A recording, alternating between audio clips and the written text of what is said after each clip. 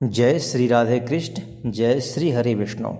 प्रिय भक्तों, आप सभी का स्वागत है आपके अपने YouTube channel astro Sonu Tiwari में। आज हम सुनेंगे पुरुषोत्तम मास की व्रत कथा का प्रथम अध्याय, जिसकी महिमा स्वयं भगवान कृष्ण ने धर्मराज युधिष्ठिर को सुनाई थी। शास्त्रों में कहा गया है कि संसार के समस्त महीना में जो स्थान भगवान विष्णु का है, वही स्थान महीनों में पुरुषोत्तम मास का है।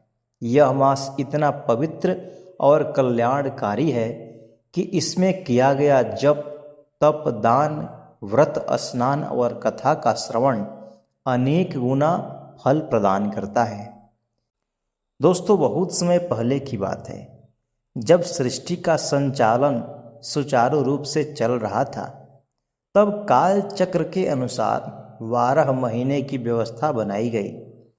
प्रत्येक माह को एक विशेष महत्व और देवता का अधिकार प्राप्त हुआ।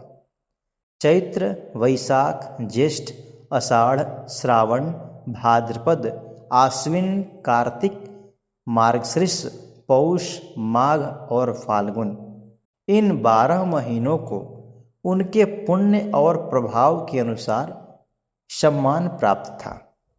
किंतु समय की गणना में एक अतिरिक्त मास उत्पन्न हुआ। यह अतिरिक्त मास किसी भी ऋतु या राशि के साथ पूर्ण रूप से मेल नहीं खा रहा था, इसलिए सभी महीनों ने उसे अपने बीच स्वीकार करने से इनकार कर दिया। उस अतिरिक्त मास को कोई नाम नहीं मिला, कोई सम्मान नहीं मिला, कोई देवता उसका स्वामी नहीं बना। वह अत्यंत दुखी रहने लगा। लोग भी उसे अशुभ समझकर तिरस्कार करने लगे। लोग उसे मलमास कहकर पुकारते थे। यह सुनकर वह मास अत्यंत दुखी और निराश हो गया। एक दिन वह मास रोता हुआ देवताओं के पास पहुंचा। उसने इंद्रदेव से कहा, देवराज, सभी महीनों को सम्मान मिलता है, परंतु मुझे कोई नहीं पूछता। मुझे अशुभ कहा जाता है, मेरा जीवन व्यर्थ हो गया है। इंद्र ने उसकी बात सुनी, लेकिन कोई समाधान नहीं दिया। उसके बाद वह ब्रह्मा जी के पास गया। तब ब्रह्मा जी ने कहा कि हे मास, यह व्यवस्था काल के अनुसार बनी है, मैं इसमें परिवर्तन करने में असमर्थ हूँ। निराश होकर और भगवान शिव के पास पहुंचा। भगवान शिव ने करुणा से उसकी व्यथा सुनी। उन्होंने कहा, हे मास, संसार में जो भी निराश और दुखी होता है, उसकी अंतिम शरण भगवान विष्णु ही होते हैं। तुम व्यर्थ में चिंता कर रहे हो, तुम इधर उधर कहीं मत जाओ। तुम सिर्फ वैकुंठ धाम जाकर उनका शरण ग्रहण करो। यह सुनकर वह मास जो है प्रसन्न मन से आशा लिए हुए वैकुंठ धाम की ओर चल पड़ा। वैकुंठ पहुंचकर उस मास ने भगवान विष्णु के चरण में गिरकर विलाप करना शुरू कर दिया। उसकी आंखों में अश्रुधारा बह रही थी।